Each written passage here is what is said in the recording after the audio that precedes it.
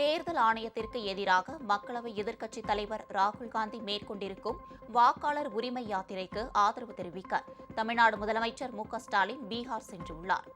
பீகார் மாநிலத்தில் மேற்கொள்ளப்படும் சிறப்பு வாக்காளர் பட்டியல் திருத்தத்திற்கு எதிராக ராகுல் காந்தி வாக்காளர் உரிமை யாத்திரை மேற்கொண்டு வருகிறார். கடந்த 17ஆம் தேதி சசாராம் என்ற இடத்தில் யாத்திரையை தொடங்கிய அவர் 23 மாவட்டங்களில் சுமார் 1300 கிலோமீட்டர் தூரம் செல்கிறார். இந்த யாத்திரை செப்டம்பர் 1ஆம் தேதி பாட்னாவில் பிரம்மாண்ட பொதுக்கூட்டத்துடன் நிறைவடைய உள்ளது. இந்நிலையில் ராகுல் காந்திக்கு நேரில் ஆதரவு தெரிவிக்க தமிழ்நாடு முதலமைச்சர் மு.க.ஸ்டாலின் இன்று காலை பீகார் புறப்பட்டுச் சென்றார்.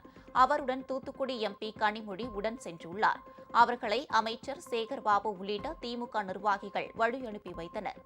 சென்னையில் இருந்து சிறப்பு விமானம் மூலம் தர்பங்கா புறப்பட்டு செல்லும் முதலமைச்சர் யாத்திரை நிகழ்ச்சியில் பங்கேற்ற பிறகு மாலை 4:30 மணியளவில் சென்னை திரும்புகிறார்.